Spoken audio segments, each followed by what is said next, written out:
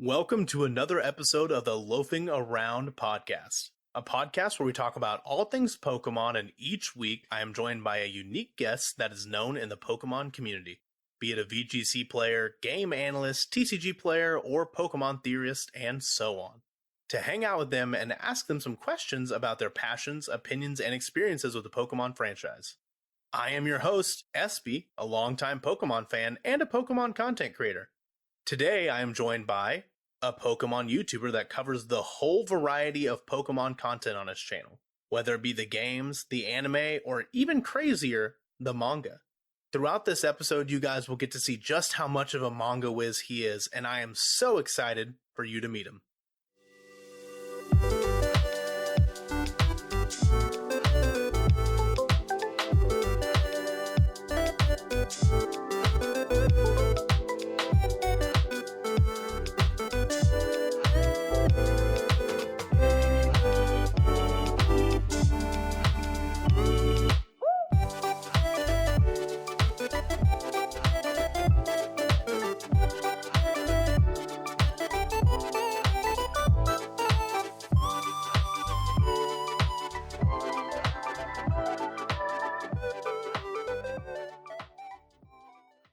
And we're back. Welcome to the show, the one and only Aleximo. Thank you for coming on, and how are you doing? Tired. Just feel tired? I'm feeling a bit more energized because I just doubted Arizona half and half iced tea. But we're here, and Pokemon gets me energized. So there we go. And Arizona will sneak up on you, my man. I mean, it's 99 cents, and where I work, we get 3 for $2. So what are you gonna do? You got to drink That's it every a steal day. at that point. Yeah. I think I saw someone saying that you had turned them on to Arizona iced tea. I can't remember who it was. Me and Xanolith on Twitter and a couple of his IRL friends were all talking about Arizona one day. So yes, it was Xanolith. That's who it was. I know it's another Pokemon YouTuber, but I couldn't remember who it was. You got to wait 7 years for the Xanolith episode on episode 432 of Loafing Around. There we go. It's coming. All scheduled. Yeah. I got him booked out. So as we kind of talked about earlier, this content creator really has a variety for everyone on his YouTube channel. So Aleximo, why don't you tell us a bit what you focus on and what you like to talk about when it comes to your channel? All right. So like everyone else on this podcast ever, I like Pokemon. Crazy concept, right? Shocked. So I know there's been a variety of people on this channel. Some people are Pokemon anime YouTubers. Some people like the games or the TCG. I like pretty much everything in the Pokemon franchise. I mean, I don't really cover the TCG at all. If you find my YouTube channel from when I was 11 years old, you will find a pack opening of prepubescent Alex on a 480p webcam. Don't look for that video, but I will. It's on an old channel with 12 subscribers. So if you find it, I will be impressed. 13 subscribers, you mean? Oh my god. But yeah, so I guess my main content is the anime, but it's my main content because it's the easiest for me to make, not because it's my favorite thing to make. Because when it comes down to it, I love the games, I love the anime, but most importantly, the manga is my favorite part of the Pokemon franchise. Yeah, you're like the one manga PokeTuber. I feel like there's not that many. It's just not as big, yeah. But they keep pumping it out. But I don't know who's reading it besides you. But you're reading it. Actually, there's 3 people reading it. No, the thing with Pokemon, or I'm just going to be calling it Pokespe for the manga because that's kind of the short name. The thing with Pokespe, that's what it means. Yeah. For the people that don't know, the thing with Pokespe videos on YouTube is that if you look up a Pokemon Adventures video for Pokespe, it's always, oh my gosh, guys, I read only the first chapter, and this is the darkest and edgiest Pokemon experience ever. And there's, 20 videos copy and pasted. Red, green, and blue chapter of Pokespe is so dark and edgy. And that's all you will find. You might find a video talking about Yellow chapter or Gold, Silver, Crystal chapter, but after that, you're screwed on YouTube. You're not finding anyone talking about Black and White 2 chapter. I mean, to be fair, Black and White 2 chapter sucks, so why are you going to talk about it? But just like the anime, that makes sense. You're right. But yeah, for Pokespe, I feel like it's so hard to find those videos online, which is why I try and make these videos, not just because I like them, but also so maybe the other Pokespe fans can actually find a channel, because I get comments and they're like, wow, a Pokespe video, this makes me happy. And I'm like, wow, that makes me happy. So I guess that's part of the reason I like talking about the manga, and also it's peak fiction. There's got to be one person listening who's like, "That's me." I'm not, it's me, Aleximo, and Junichi Masuda. We're the big Pokespe Oh fans. yeah, That's us. That's good company, though. That's good company. yeah. I'll be honest. I'm gonna go to dinner with Masuda and one viewer, Hey, there you go. Hey, chill around, grab a burger, talk about Yellow. well, since you know the manga so well, we'll go ahead and we'll talk about our next segment. So the next segment is going to be a little trivia game. I'm going to ask you Oh, 5 boy. trivia questions about the manga, and I don't want you to answer them quite yet because I will give you and the audience the rest of the episode to think about the answers to these questions because you're probably the only one that knows them. All right, So, I'm just you think gonna you're ready? I'm gonna open my notes app so I can write down the questions and like glance at them. So Yeah, no, let's go open ahead. this, Go and ahead. yeah, let's go. Okay, you ready for question Oh 1? yeah, What are the full names of the protagonists for the Sword and Shield chapter of Pokemon Adventures? English or Japanese? I'll give you English will both. do. Oh, there you go. There you go. That's a bonus points already coming in. All right. I couldn't get over how funny their English Oh, names they're were. so stupid. Just call them Victor and Gloria, man. I know, right? Like, just give them the game name. So I got to be like this. All right, so that's question 1. Yeah, you ready for question Oh 2? yeah. All right. This name was almost the name of the first chapter of the manga and a third version of a Pokemon game that never happened. Ooh, What is that name? I gotta think about that. All right. Ooh, there you go. A little tricky on that one. All right. Maybe I'm not super smart, but we'll see. There we go. There we go. They only get harder. No, I'm kidding. All right. Because this next one, if you say that you are a manga fan, I think that you will get this one pretty easy. I think people that don't even like have never read a chapter of the manga, they'll probably get this one. It's Pikachu. It's Pikachu. It's Clefairy. But in what may be one of the most referenced parts of the Red and Blue Adventure series, something happens to one of Koga's Pokemon because of Blue's Charmeleon. What did Charmeleon do that was so memorable? I am going to rant so much about this panel over the course of this podcast. I can tell you that. Yeah. It's just that's the you know what I mean. It's like the It panel. is It's like the there's panel. like 2 that are shown all the It time, is. and that's one. It's Yeah, that panel, that's the one and that like it's zombie it's so side ups, edgy. and that's in every video. Guys, red, blue, and green chapter is so dark and edgy. That's literally all it is. But yeah, so you, I think you know what it is. But I feel your confidence radiating. Yeah, I'm not sure about that second question, but third question's feeling better, so we'll see. Alrighty, let's see about the fourth one. What is Tierno's only known Pokemon in Pokemon Ooh, Adventures? that's tricky. Ooh, okay. I think it might be a certain Pokemon, but we'll see. I was like, you know what? Why not ask it? I know he uses it in the games. I will say that to the listeners. I know he does at least use it in one battle in the game. Well, so I've played XY 73 times, so I know everything. that's pretty much me. Yeah, I love XY. they're very We'll good die games. on this hill. I will also agree with you. They are very, very good games, and I don't know why people hate them so much. Because they have bad taste. If you're listening to this, just know that I think that about you. Pokemon X and Y were fantastic. So, this last question is just for you. It's a little guest question, a little harder than usual. All right, scary, but let's see. So, in the Fire Red and Leaf Green chapters, there are 3 powerful Team Rocket members known as the 3 Beasts. Name those 3 characters. All right. I'm just going to tell you something because it's going to come up later. Fire Red Leaf Green chapter is like my favorite chapter of the manga. So, oh, there you go. well, okay. I thought it was going to be hard for people. It's tied with Black and White chapter. I'll say that. But okay. Yeah, you can ask me like anything about that chapter and I'll tell you. Okay. So you think you got their names are kind of weird. Oh, they are. They're wacky. Yeah. That was like, I was reading them. I was like, what? This one's I'm glad you feel so confident. Pretty much. All right. I got to think about some of those questions, but I feel confident in some of them. So we'll come back to it. I think you would be the only guest that would be able to answer 3 or more correct. So you got that going for you. I don't think, like, if I was on the other end of the table and someone's asking me these questions, I would be like, what? Name the 2 original Team Magma and Team Aqua Grunts from the manga. Yeah, right. Yeah. And I just cry and be like, I have to leave the show, actually. Something came up. Oh no, my dog needs me. I'm gonna go walk him. Bye. Yeah. All right. See ya. Alrighty, now we will move on to a segment called RKS News, where we cover the hot news topics in the Pokemon community. Woo. Yeah. So the first piece of news is that Pokemon Unite is officially 1 year old. Wow, that They've came released some fast. super cool. Yeah, it's pretty wild. I was like, a year? Wow. Yeah. So they've released some super cool Pokemon with more to come, and the Season 9 Battle Pass is available for all you players out there that still play it pretty regularly.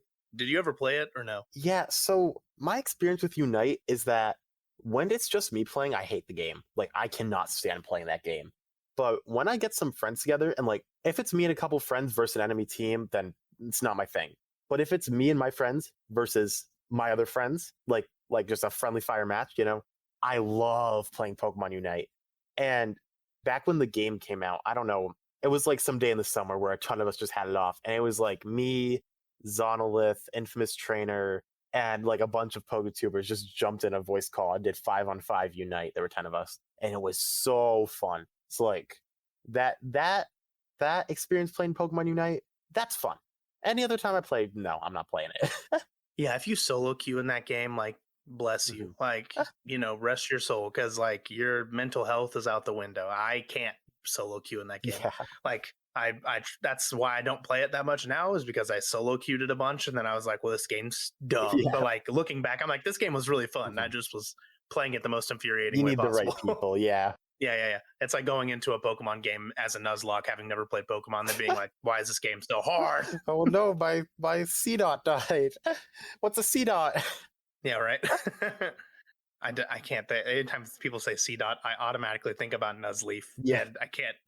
Every time I think about him, I'm just like, why does he have nipples? I knew you were gonna say that. No, I don't know. Drives me crazy.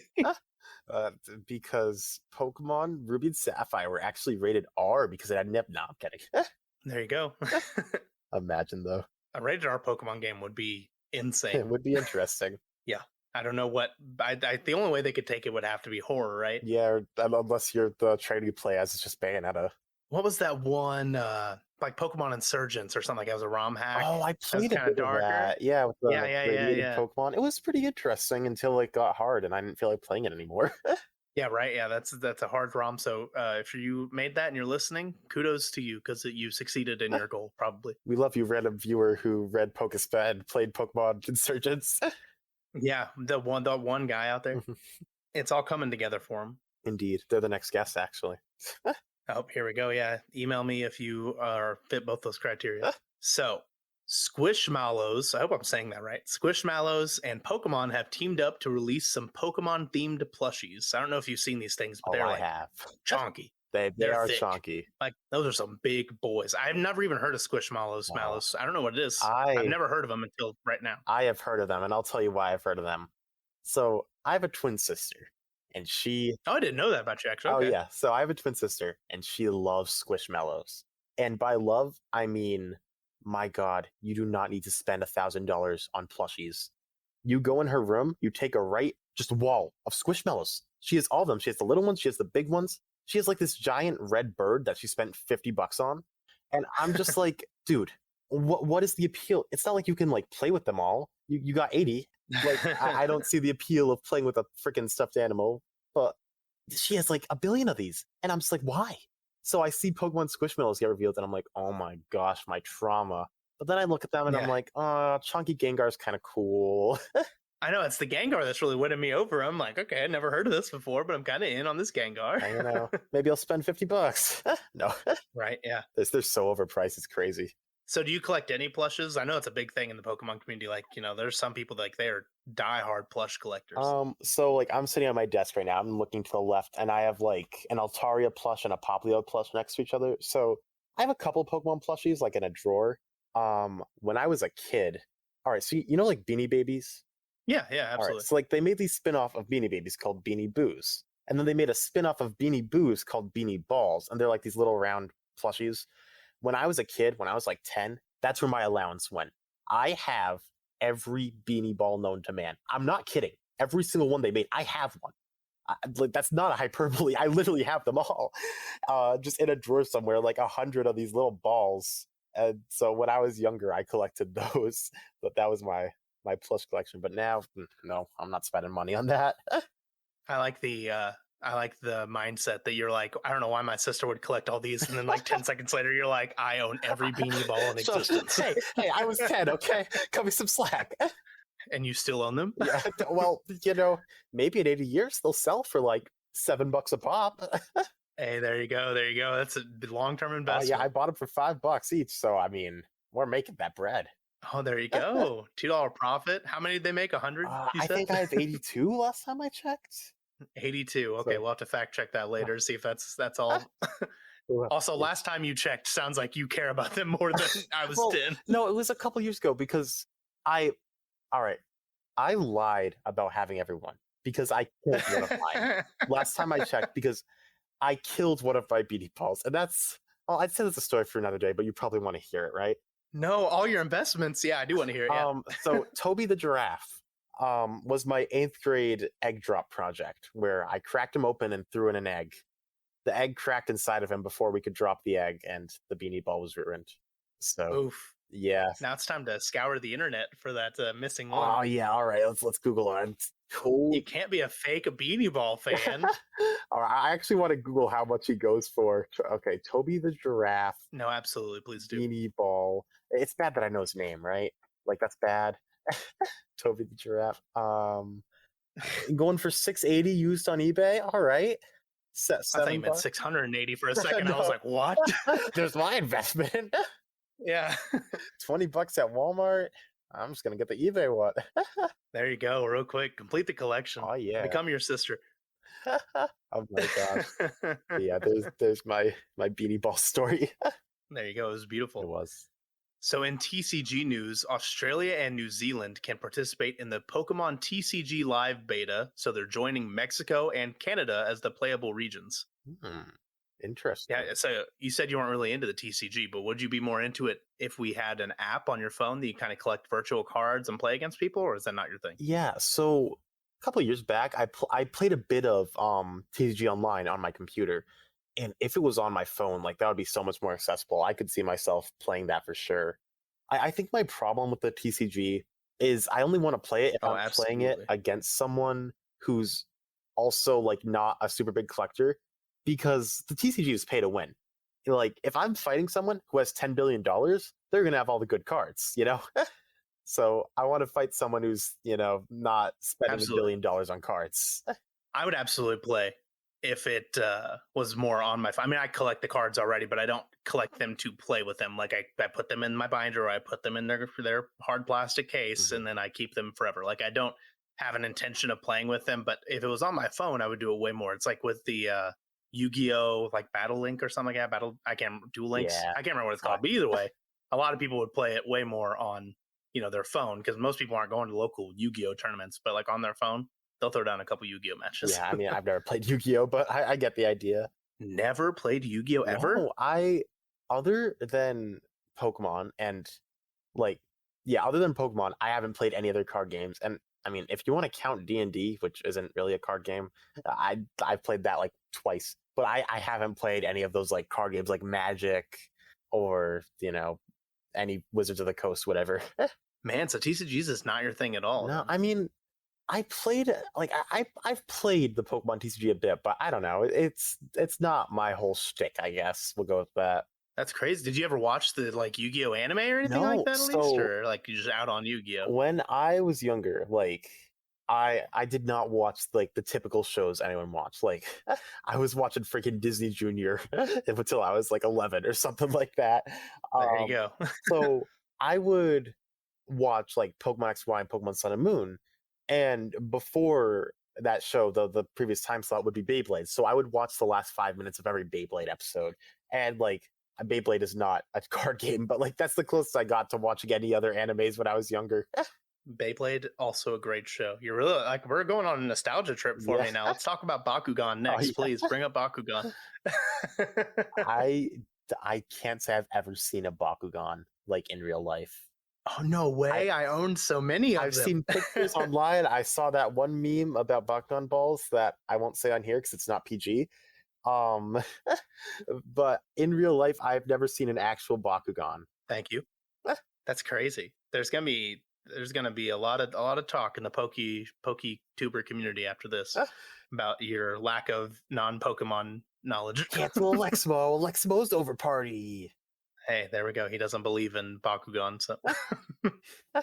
Alrighty, and to wrap it up, we have some wholesome news as Joe Merrick, the creator of the Cerebi website, had his big wedding finally. So congrats to Joe and Marty on their big day. Seemed like a really fun time there. I was impressed with how many PokeTubers were there. It's pretty crazy how many there were. I saw pictures. I was like, that's a lot of PokeTubers. Yeah, because I mean, I don't follow a ton of them, but I saw like Toby and I think like Ace Trainer Liam was there or something. So there were a lot, and I mean, it was awesome to see Joe Merrick. I follow Joe Merrick on Twitter. I love him. I don't use Cerebi, the website, too much, but Joe as a guy, he's just cool. So I was very happy to see him. Joe is a super cool guy, and I use Cerebi all the time. Like Cerebi is such a good site. Like it's so well done. Like he really puts in so much effort into that It's website. like a one-man job. Insane. Yeah, it's crazy. He puts in so much effort on that. I'm like, how do you even find any time? Imagine trying to upkeep a Pokemon website like that with all that info. Oh crap, there's new news in this very obscure one magazine. We gotta post that. Yeah, I mean, he breaks down everything. I mean, he's always on stuff. And, like, that's like the rule of thumb, right? Like, it's not official until Cerebi says something about it, Like, it's crazy. But yeah, I've seen I saw Ace Trainer Liam there. I saw Patters. I saw Toby, like you said. I guess my invite got lost in the mail or something, but. Yeah, dang. But, like, there were a lot of people. And the other thing I saw was he ordered from Japan, like, he imported the wedding Pikachu and, like, the two wedding Pikachus, the Tux and the dress. And then 3 days later, Pokemon Center US added them to their website. Like, I didn't see that. That's pretty funny though. I went on Pokemon Center a couple days ago to look for some shirts or whatever. And then I see the wedding Pikachu and the wedding Pikachu. I'm like, wait, these are new? I thought Joe had these. So I go on Twitter and I see him post, of course they add these 3 days after my wedding. Yeah, absolutely. Apparently. I mean, what luck. They could have added them a couple months early. Pokemon Company doesn't support Cerebi. Just putting that out there right now. No. Alrighty, so let's get into the meat of it and kind of get into some questions here because I'm kind of curious about I just don't know much about the manga. Honestly, I don't have the knowledge you do, so I kind of want to pick your brain on that a little bit. All right. So why should people check out the manga and how does it differ from games or anime? Is it a similar storyline? It's its own thing. Why should people check out the manga to have a better understanding of Pokemon? Pokespe is peak fiction. No, but so obviously the Pokemon games come along first. You got, your games, and then it's the anime's job to adapt that. And when you watch, say, the original series, or specifically the Kanto portion of the original series, they adapt some things faithfully and some things not faithfully, right? If you play Pokemon Red and Blue, the Celadon Gym's not about to catch on fire. That's not the plot of the games. But in the anime, that's the plot. So the manga is in the same vein as we're gonna take this base story from the games, we're gonna pick and choose and adapt it however we want, right? But the way it differs from the anime is that the anime, while they try to tell a story, at the end of the day, it's aimed at 7-year-olds and it's made to sell toys. The manga's aimed at maybe 11 or 12-year-olds, or maybe even older, and it's not made to sell toys. They're not gonna force the main character to have all the marketable Pokemon. Looking at Ash, he always has the starters, and Lycanroc's special form. They don't force that in the manga. So almost think of it as if the anime had a bit more creative liberties. Yeah, that's a really cool way to look at it. So it's they don't have to really follow a flow because they're not trying to appeal as wide of an audience. So they kind of have more liberty and what they can do. And that's what a lot of people want in Pokemon. I hear that a lot from people. They want it to, I'm tired of seeing the same Pokemon. I'm tired of seeing Charizard again. I'm tired of seeing Pikachu again, So this is kind of if that's how you feel, this seems to be your area, right? Yeah, it's great. And it's nice that you bring up the Charizard and Pikachu because Blue has a Charizard in the original series, or not in the original series, in Red, Green, Blue chapter. And after that, Charizard's done. You don't see one again until X catches one, and then that's the only other time you ever see a Charizard. I guess Leon. And then Pikachu, Red has a Pikachu and Yellow has a Pikachu. After that, you're not seeing a Pikachu again until How's Pikachu, which shows up in 3 panels. That's crazy because it's just usually they're just those are the Pokemon. Pikachu, Greninja, Lucario, Charizard. Those are the four. Like Yeah. nonstop, always in everything, and except for Greninja in the games. God forbid they put him in a game again. But Like, I know I've talked to you before and you've said you love the teams in Pokespe. And I think part of that is because they can do whatever the hell yes, they want. Like Sun's team in Sun and Moon chapter, he has a Crabominable, he has a Stakataka. Like, no one in the anime is going to have those Pokemon on their teams. yeah, absolutely not. That is like it's just so interesting of picks. Like no, not even humans like us are gonna pick Crabominable to be on the team. I picked Crabominable on my 7th playthrough of Sun and Moon. Thank you very much. Yeah. There you go. Yeah. On the seventh playthrough, absolutely. Yeah, it probably was like my 4th That makes the playthrough of most Sun and sense. Moon where I was like, damn it, I need an ice type. Alrighty. So you kind of spoke about, Sun's team. Do you have like a favorite protagonist, like a favorite main character from the Oh, why do Pokespa? you do this to me? Okay, somewhere on my notes app on my phone, I ranked the protagonist forever ago. Let me pull that up. And I don't know if I have the same opinions now after all these months, but we'll see. All right, yeah, these are not accurate to my opinions right now, so I'm gonna turn off that app. I love pretty much all of them, except for X and Y. I hate both of you. Die. Oh my gosh, X and Y chapter is a mess, and Pokes felt like Gen 6 is really good in the games, and it's just peak in the anime. And then you read the manga of Gen 6, and you're just like, what the hell are you doing? But when it comes to the protagonists, It's so good. The anime is so good for X and oh Y. my god, I mean, I know we're doing a Pokespa section, but if you want me to go off and talk about why XY and the anime is peak fiction, I'll go off and talk about it. No, it's okay. You can focus. It's okay. Yeah, I had to throw that in there. It's just so good. it's true, it's true. But yeah, my favorite protagonists, uh, I bounce between Yellow and Black for the most part as my two favorites. I think Yellow is phenomenal, and I think Black is just like such a shonen protagonist. If you took Asta and threw him in Pokemon. So I really like both of them for, I guess, different reasons, because Yellow's a very complex character, and I think that's interesting. And then I just like shonen, so I like Black. Imagine Asta in Pokemon. Now that's all I'm going to be thinking about now. Well, if you subscribe to Infamous Trainer, his Fakemon region is based on Black Clover, and his protagonist is based Yes, on it Asta. is. It's so cool. Yeah, no, that region is so good. Neos, am I pronouncing Yeah, it it's right? Neos. I think. Yeah, it's so good. So, if you're listening and you aren't subscribed to Infamous Trainer and you like Fakemon, go check it out. He's putting out great content. He definitely is. And then I mean, all the protagonists are great. I could talk about Dia and Pearl. I love both of them.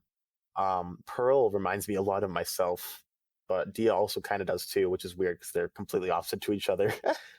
But Yeah, absolutely. you have I love that so in the anime the characters are all unique in their own ways, but at the end of the day you're getting some repeats, some repeated arcs.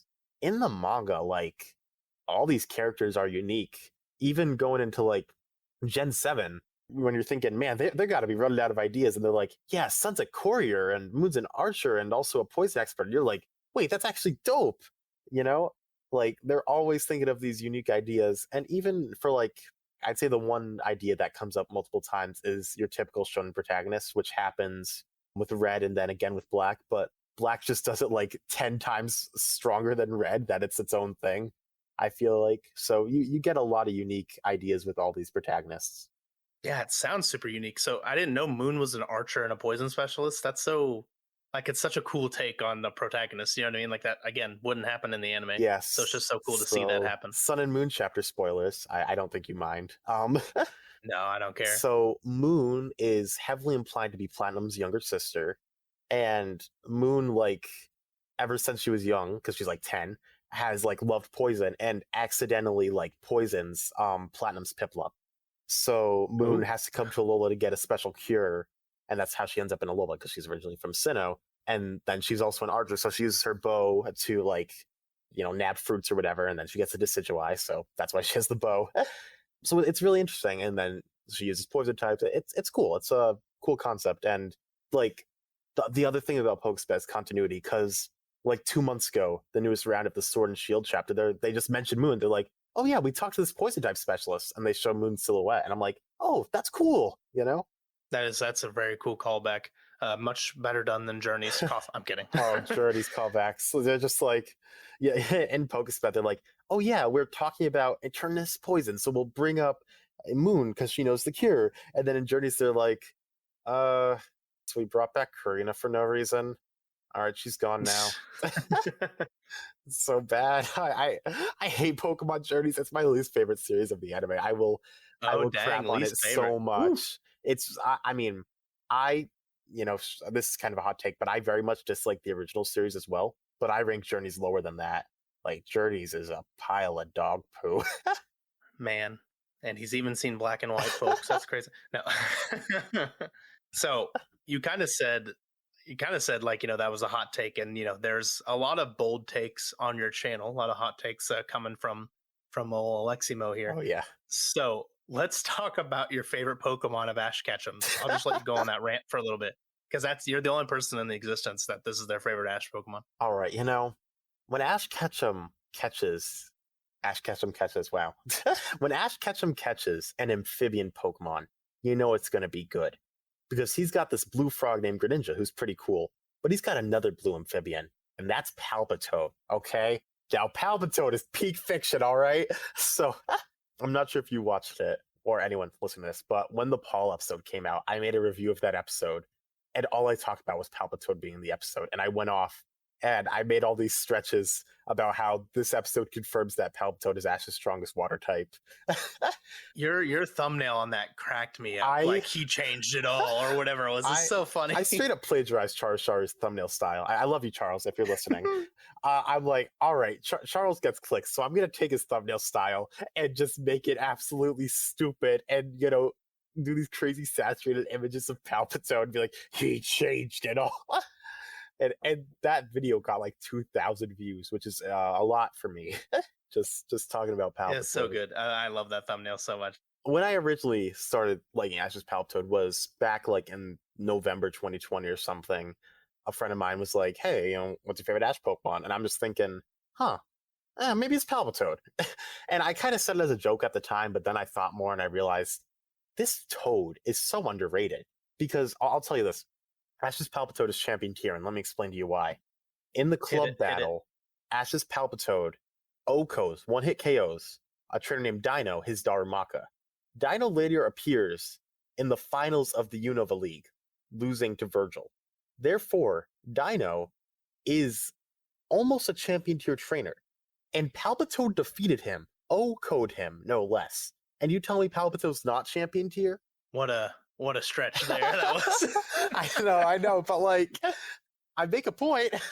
I would love for someone to go back and make like an entire video series on things like that, like finding random, like this one beat this one, so therefore this person is champion level, like, and picking stupid, being like, being like, just absolutely stupid, being like Clement could be a champion, and here's why. Clement actually beats Leon because at the end of XY, it's uncertain if Clement beats Ash in that final battle. But since it's likely Clement did, even though it's not, since it's likely Clement did, and Ash is going to beat Leon, that means Clement is champion tier.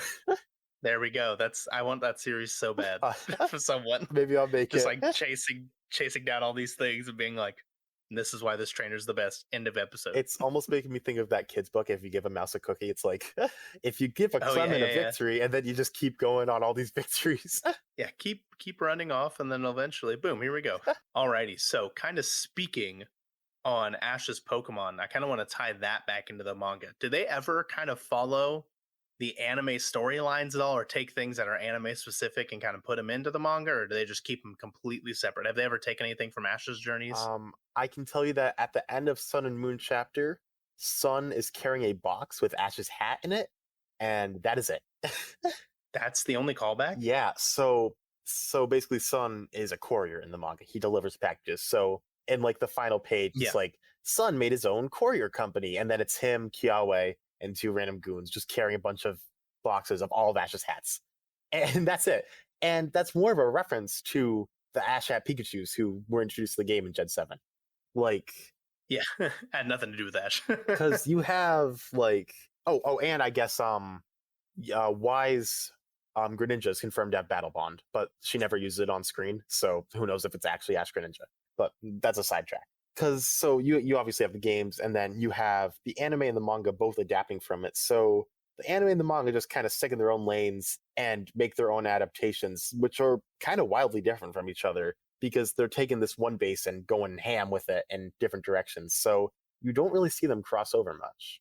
That's so interesting. But like, so I guess like a follow up question for that is there one that you or other people consider more canon? Like for manga readers, they consider the manga more canon or the anime, or are they just both like neither of those are canon? I mean, You know, the Pokemon multiverse games theory. only. I mean, at the end of the day, the Pokemon multiverse is canon. There's 10 billion different universes. So who knows? If Ash can be in Yeah, Pokemon yeah. So each Masters, one's there you go. canon. Yeah, I'd say that in their own ways. Okay, yeah, that totally makes sense. I'm waiting for Yellow to be in Pokemon Masters. I'm waiting. Even though neither of them is more canon, and I know you have some strong opinions on the anime, is there a anime series that you consider to be like the best, and why is it XY? Yeah, it is XY. Because XY is good. No, okay. That's it. That's the point. Thanks. So I'll actually tell you a story. When I Please first do. got into the Pokemon anime community and I first started on Twitter, 2 or 3 years ago, I see all these people just crapping on XY because no one on the Pokemon anime Twitter is nice to each other. And everyone is either, Absolutely. I hate XY or I hate Sun and Moon. So for the longest time, I just like read these tweets and it just formed an opinion in the back of my mind like, XY sucks. So then at the beginning of 2021, I'm like, I need to rewatch XY. So I went through and I rewatched every episode except for the fillers.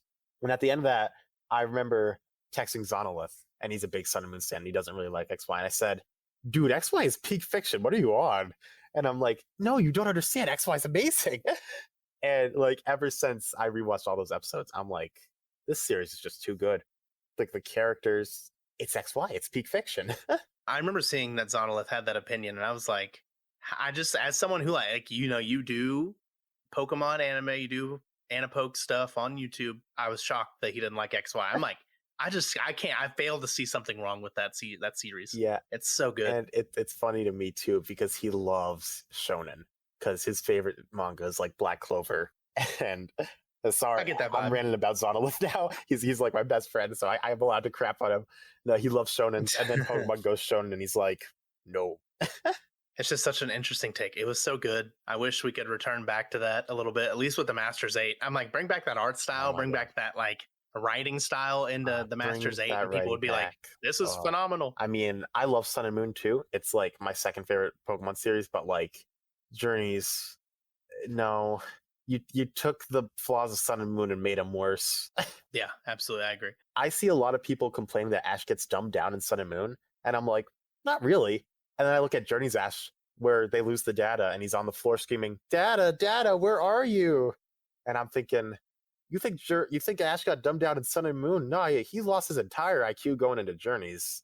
Yeah, he has his weird moments with Journey's Ash, because like on sometimes like they still show him like he's the strategist. He knows all these how to make a win out of anything, and then like the data scene. I mean, like it's just what? And I remember seeing this guy on Twitter who I'm friends with, so I'm not going to call him out. But I saw this person on Twitter saying, if you think Ash crying about data is bad, then you're being stupid because it's just a joke. And I'm thinking, no, that seems freaking stupid. Yeah, no, it's dumb. It's dumb. It is. I will agree. It's just pointless. It's like just weird writing. I like it. Maybe that's why I like XY so much. It's like a mature Ash, like an intimidating Ash. Like he's powerful and he knows it. Mm-hmm. Definitely. And I mean, I feel like Sun and Moon Ash is like mature and strong, but I feel like when you look at him, you don't get that intimidating vibe from the Sun and Moon art style. No, not quite. Yeah, no, I think the Sun and Moon, the issue with the art style is very controversial. I still like Sun and Moon. I think Sun and Moon's a good anime. I like what they did with it. But I really do think that the issue with it is that it followed XY with that art style. Like, if it would have followed Black and White, it wouldn't have gotten the hate that it got. Like, if they went right to that art style, people would have been like, that's fine. It's going from after X and Y with the kind of mature, darker tone to the animation style and the insane battle scenes that we got, like Sceptile versus Greninja, so and Greninja versus Mega Charizard. I mean, like those are phenomenally animated, and then you bring the Sun and Moon art style in. That's the shock to it, you Mhm. know. Yeah, I feel like a similar thing happened at the start of Black and White when you see like people don't like Silent that much because he replaced Brock and everyone loves Brock. And Silent's not a bad character, but he's not Brock. So everyone's like, no, Silent, bad. Why isn't he Brock? And you see this kind of same thing happen here where like if XY wasn't Brock, then people wouldn't crap on Sun and Moon being Silent, you know?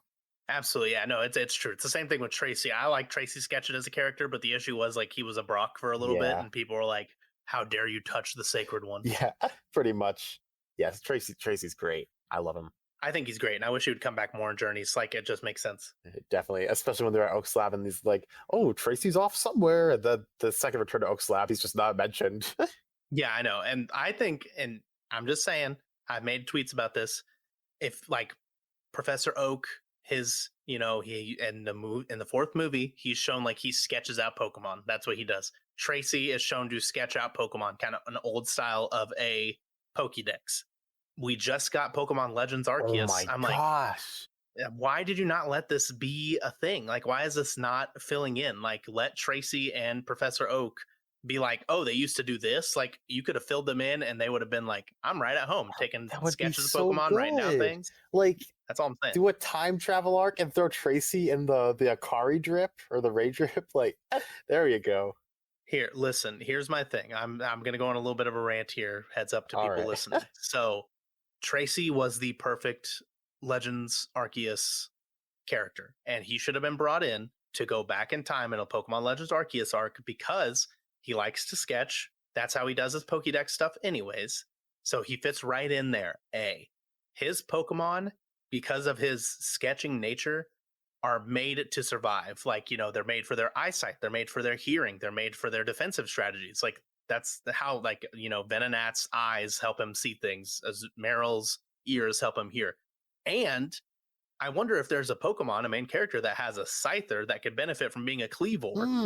Oh, wait, Tracy. Like, it all just makes sense. And they're like, no, refuse. Yeah, I mean, with how popular Ingo got after being in PLA, imagine how popular Tracy would get. Yeah, like you said, like a Kari drip. He's got that. He's got the Cleavor in the back. He's got Venomoth. He's got a Azumarill, and he's just tearing up old Hisui. It'd be Baby, so good. he's in. Like, you could even give him some other Hisuian forms. Like, he comes back with an Ursaluna. Oh, He rides it. That would be cool. that's all I'm saying. That's my little rant, is that he was the perfect character. If you were gonna like make a little arc on that, he was the guy. He really is. So a little bit earlier, we kind of talked about how we wish the Masters 8 had that art style. What's your opinion on the Masters 8 so far?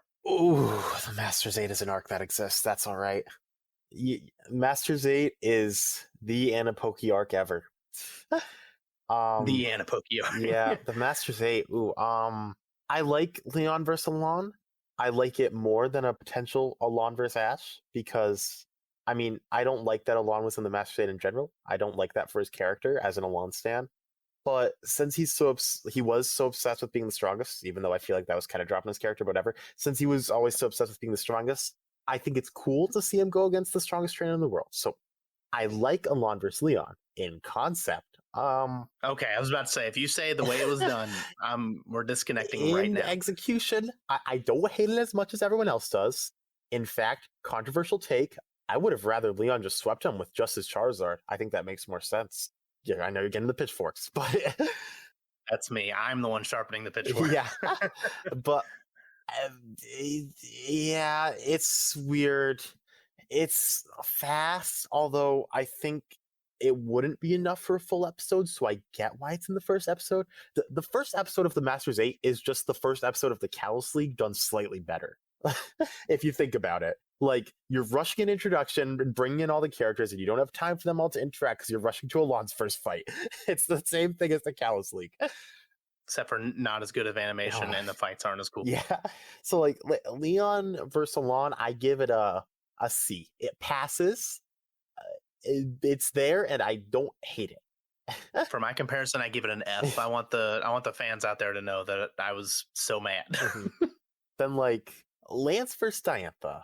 So I'll say it right here. Diantha's like my favorite member of the Masters 8. I'm so happy that she's about to go like destroy Leon, even though she'll still lose. She's great. She's great. People don't give her enough credit. When she was in, I was like, finally, put some respect on Mhm. her name for real. And like people crap on Diantha just because she sucks in the games. Like, no, she's good in the anime. She's a great character in the anime. Why do you dislike her?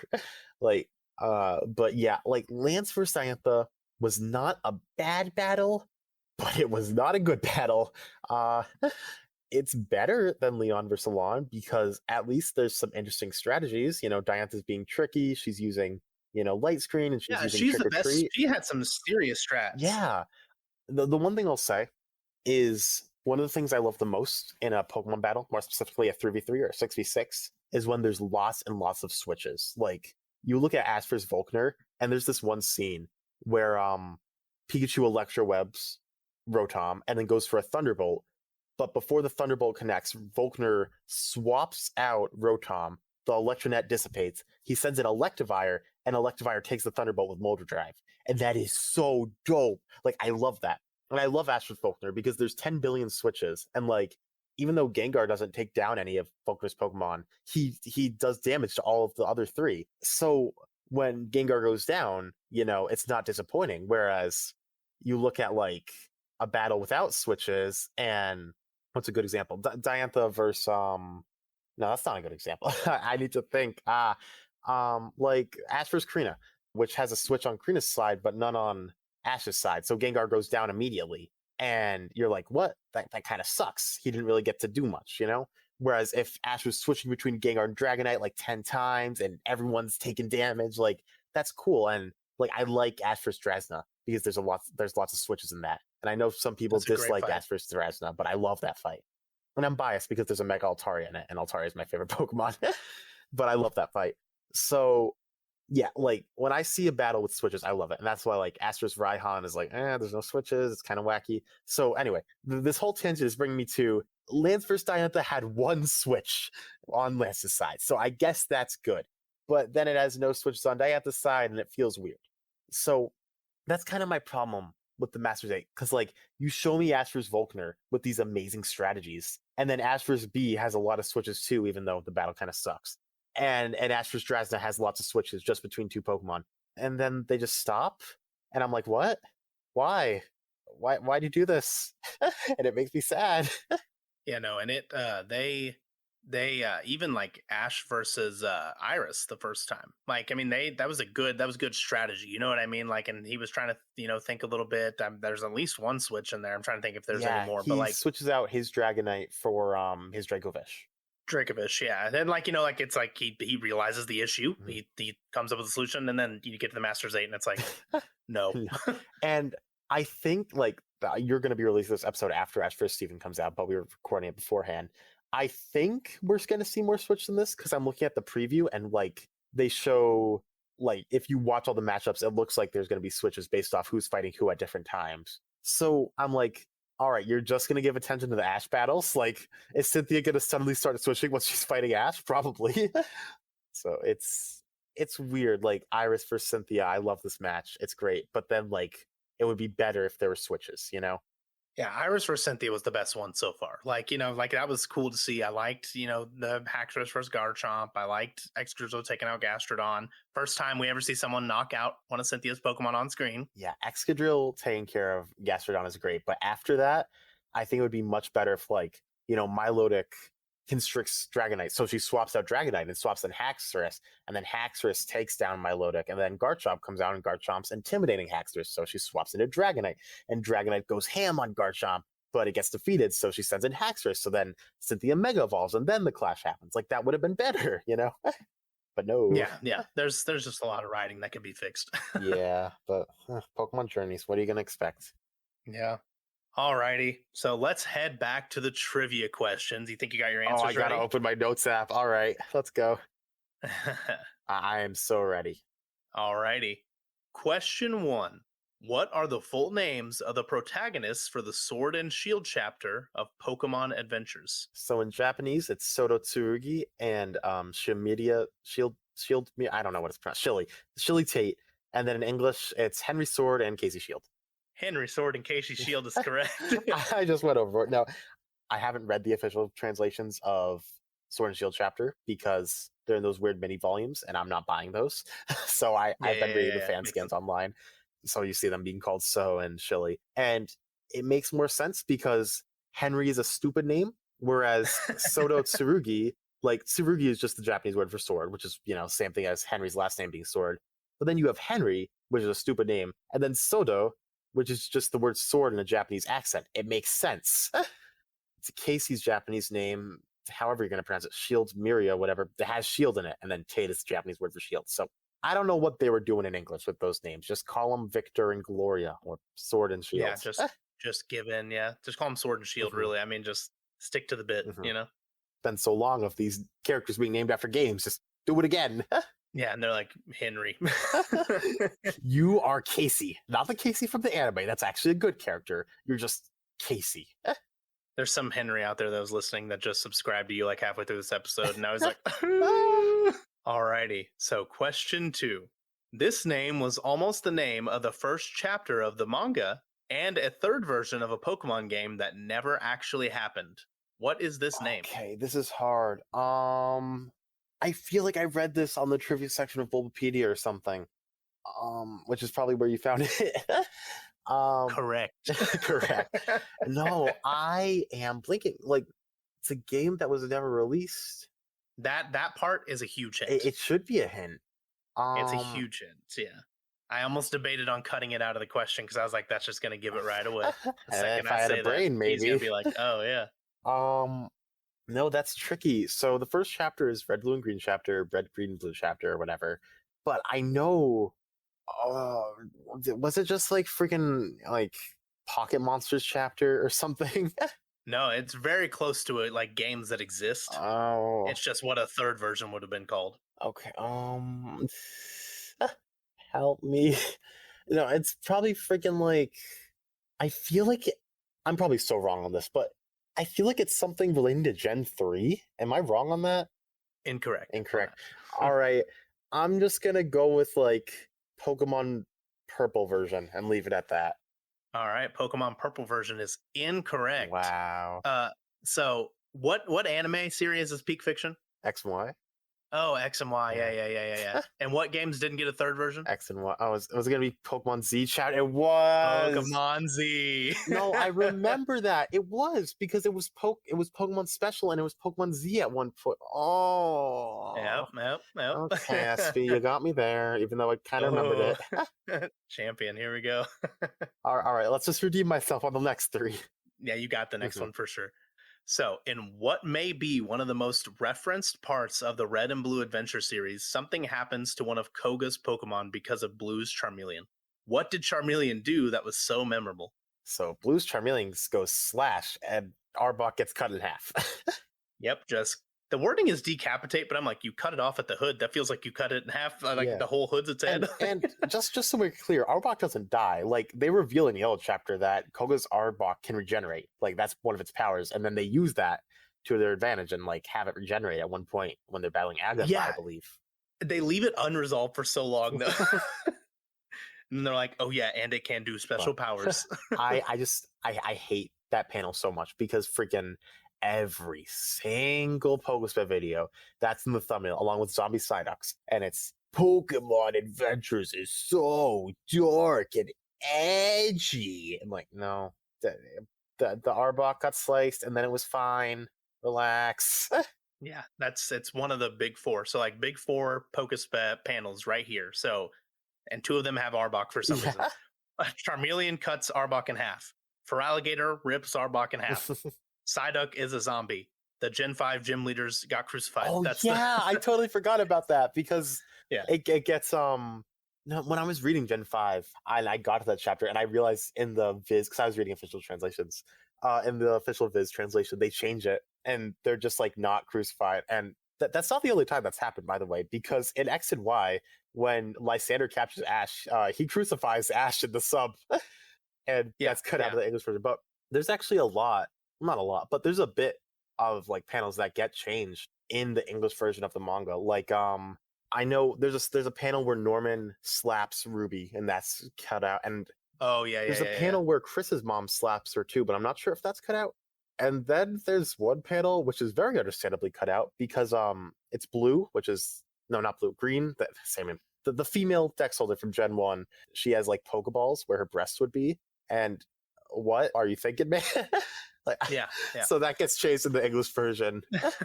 Yeah, no, there's a lot of wild panels on there for sure. There definitely is. Alrighty, you ready for another tough question? Oh, I have got this in the bag. It's What is- Naruto. It is Naruto. No. It's Pikachu. What is Tierno's only known Pokemon in Pokemon Adventures? I feel confident in this. I think it's Corphish. It is Corphish, and then it evolves into a Crawdon, so either one works. Oh, it evolves? I didn't know it evolved. It does. It does evolve. The XY chapter is in my bottom 3, so I don't really care for it. Maybe bottom 4. Yeah, because I'm gonna rant. My least favorite chapter is Platinum Chapter. Have you watched Hoopa in the Clash of Ages? A la Hoopa Ring. Yeah. Yes. So they just throw a bunch of legendaries at it for no reason, and the plot makes no sense. Yes. Yeah, that's Platinum Chapter. Every single Gen 4 legendary has to be involved, even if it makes no sense. So you have everyone just coming up and they're like, oh yeah, Surd actually released her Darkrai to the Distortion World, even though that makes no sense for her character. Because we need Darkrai to be in this chapter. So yeah, Darkrai is just here. And the Frontier Brains have like 5 legendaries, and Charon caught this Pokemon, and Dia has Rotom because Rotom's a legendary now. Yeah, you know, people who like have the misconception that Rotom was a legendary. Well, blame the manga for that because they straight up say Rotom's a legendary in Platinum Chapter.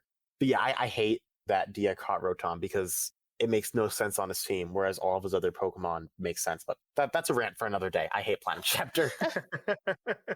If you're on his Twitter, make sure to get him started on this. Just tweet at him. Platinum is the best chapter. Oh, and I will crap on you so hard if you say that.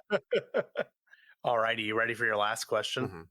In the Fire Red and Leaf Green chapters, there are 3 powerful Team Rocket members known as the 3 Beasts.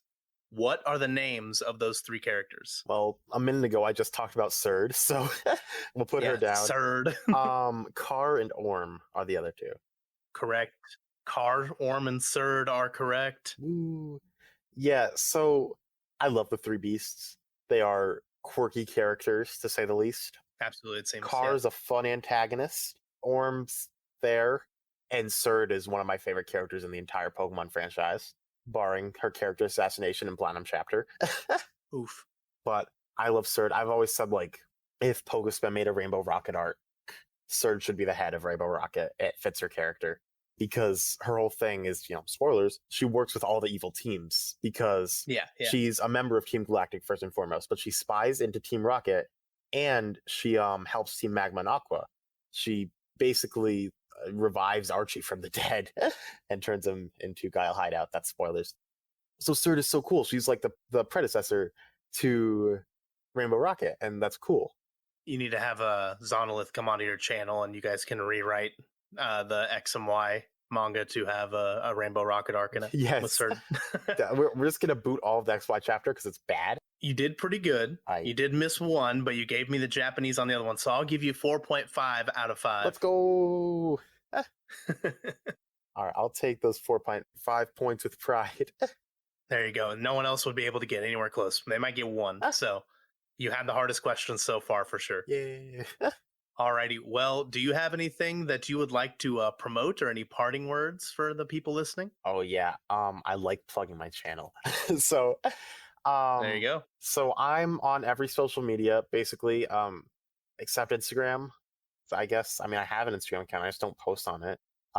Go follow at Aleximo YT on Instagram. So if you want to follow my Twitter at Aleximo YT, I talk about 2 things. I say my bad opinions on anime, and I retweet art of anime girls. That's my Twitter. And then on my YouTube, Aleximo, I have 1,200 subscribers. You can make that 1,201. And I talk about mainly the anime, but I touch into the games. I touch into the manga. At the time of this podcast being released, my newest video is me replacing every Pokemon anime traveling companion with a different random character. It's a really fun video, and I hope it gets views because I made a very clickbaity thumbnail and title for it. There you go. But yeah, that's my stuff. I'm cool, I think. So go give me some views because I need like 200 more watch hours to get monetized, and I want money. Thanks. Yeah, let's get him monetized. He makes great content, and I want to thank you again for being a guest on the show, Aleximo. I want to thank Jorge Benes for making an amazing theme for this podcast, and I want to thank all you listeners out there for making it this far. We will be back with another episode in just 2 weeks, so make sure to follow the podcast and watch out for that episode. Until then, you can check out our past episodes and Aleximo's channel, and most importantly, keep loafing around.